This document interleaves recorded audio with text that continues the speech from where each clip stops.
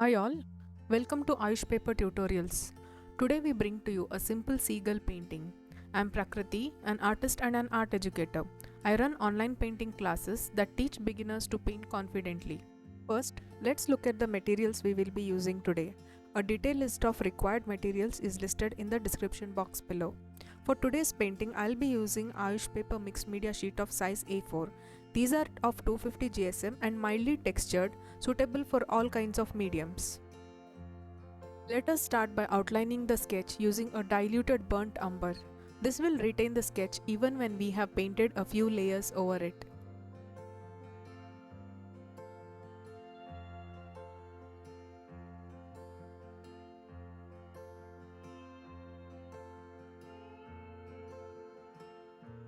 Now let's start painting the sky. I have taken some sky blue, ultramarine blue and white. I will use streaks of these colors to paint a simple yet interesting sky. Feel free to use any blues you have. The seagull will be the main element, hence we will keep all the focus on it.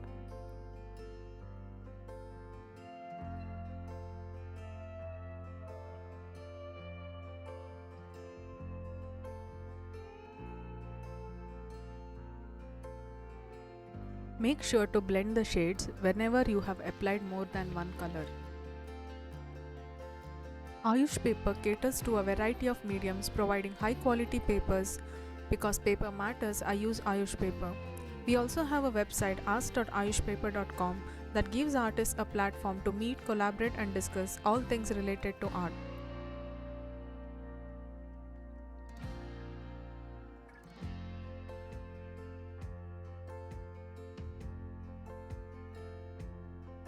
Now let's make clouds by lightly dabbing some white paints in the shape of clouds.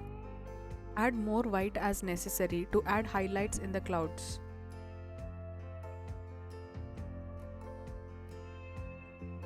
Next, I am making a mixture of sky blue and ultramarine blue for the background mountain.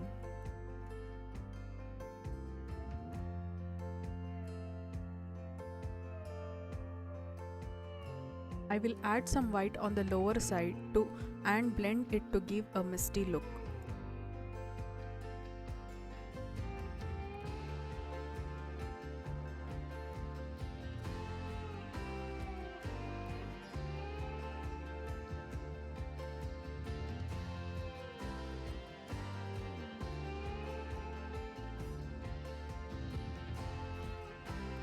Now I have made a slightly darker mixture of ultramarine blue and sky blue for the foreground mountain.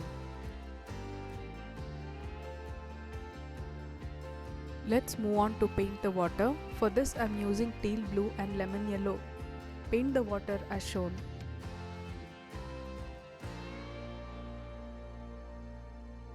I am also adding some sky blue lines in between. For the lower part of the sea, I will once again make a mixture of ultramarine blue and sky blue. Make sure to blend all the colors in the sea well.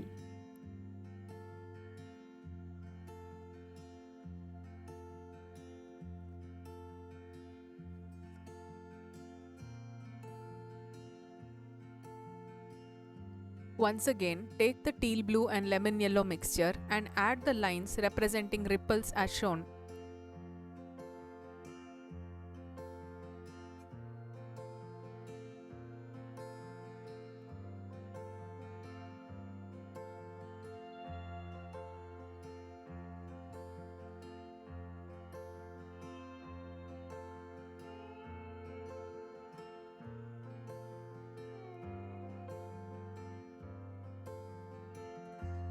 Add some white to the teal blue and lemon yellow mixture and paint ripples on the top lighter side of the sea.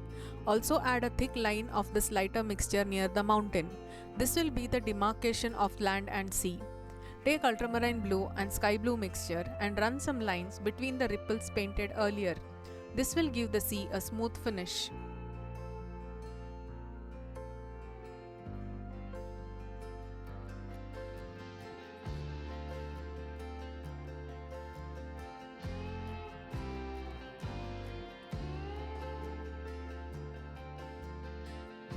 Now let's start painting the wooden post. For this I am mixing white and burnt sienna and painting a base coat to the wooden log.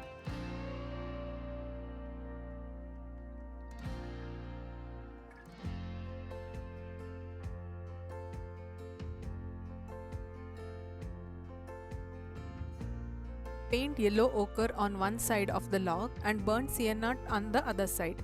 Blend the colors well.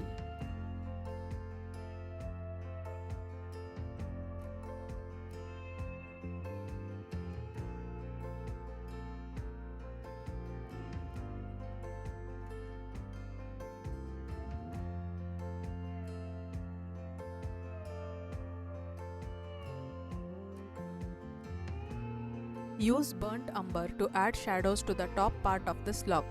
Also use burnt umber to create textures all over the log.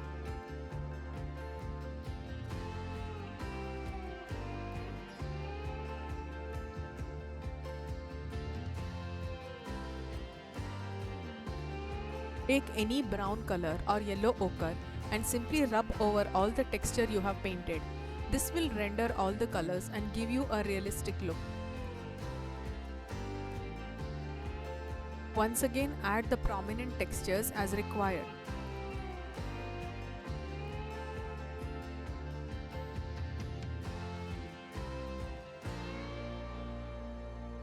Make a mixture of white and yellow ochre and paint the lighter areas on the log. This color will also depict the weathered parts of the log. Feel free to use your finger to smudge the paints. I'm once again adding some burnt umber lines.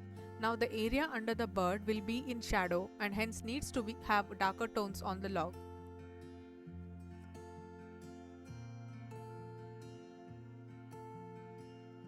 Let's start painting the bird. For this, I am taking a mixture of white and yellow ochre and adding it for the legs. Next, take any light red color like scarlet or vermilion and mix a small part of this to the white and yellow ochre mixture. Use this mixture to paint the feet and lower part of the leg.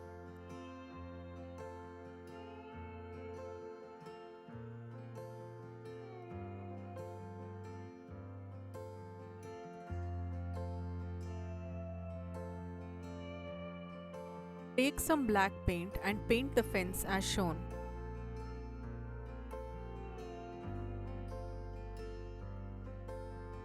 Let's move and paint the body of the bird. For this, I am taking grey, white, burnt umber and black. If you don't have a grey, you can definitely mix some black and white. I am painting grey as undertone for the whole of the bird.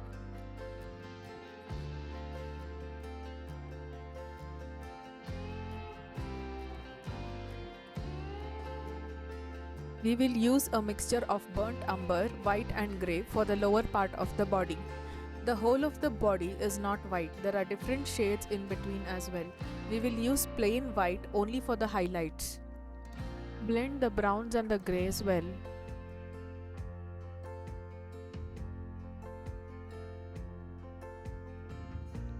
Take a very light tone of grey and start adding it around the face, on the chest and on the chest area of the bird. Make sure to blend any new colors that you have added with the existing colors. Take a darker mixture of grey and apply it to the wings.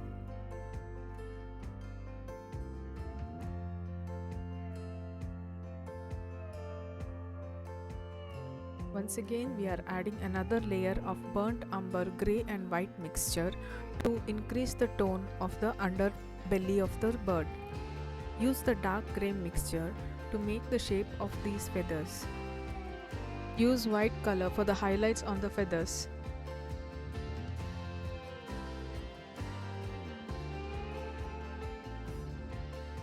Adding more black to make a even more darker grey mixture and adding some highlights or details on the feathers. Use grey color to paint the area around the eyes. Use white color to paint the area around the grey area that we had painted around the eyes.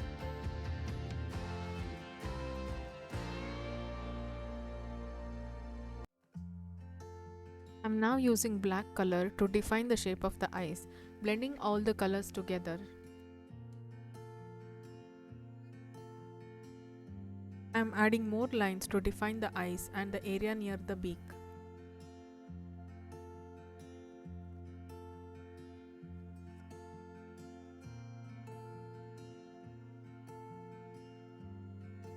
When blending, the definition of the eye was lost, hence I am once again adding the lines. Don't forget to blend.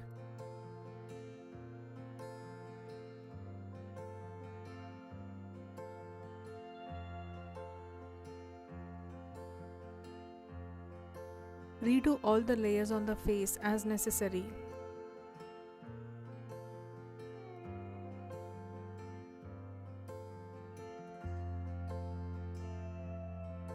Now I'm taking clear white, that is the titanium white, to define all the highlight areas.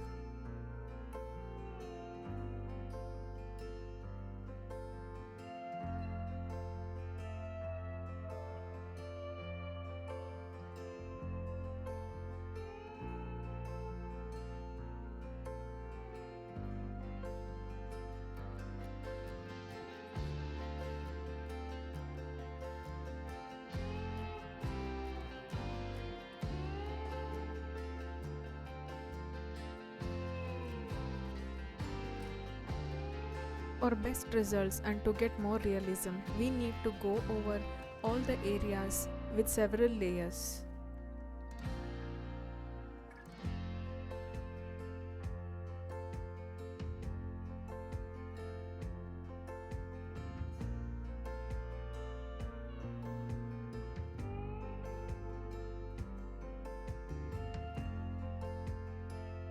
We now add fine hair on the head. There will be different colored hair around the eyes and on the face. I'm using burnt umber, white and grey lines. Now let's start painting the beak. I'm taking some Indian yellow and some fluorescent orange to add to the beak. I'm also adding the same color to the eyes. Go over this area a few times with different layers to get a nice opaque consistency. I've added a thin white highlight on the beak, also adding a line inside the beak and extending it towards the cheek. Next we'll need to add some black detailing as well on the beak. I'm redefining the shape and color of the eyes. Let's start adding details on the feet. I'm adding black color for the talons. Use a detailer brush and white color to add some highlights.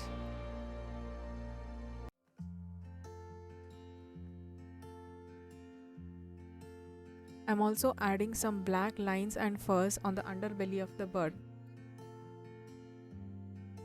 Following the rule, making light lighter and dark darker, I'm adding more details to the shadows and the highlights using black and white.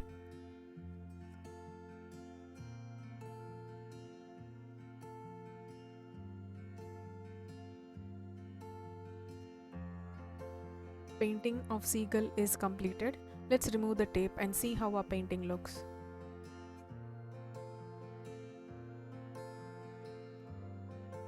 Here is our final painting. I hope you have enjoyed the process and will give this a try. If you do give it a try and share it on social media, don't forget to tag us. Until next time, bye bye.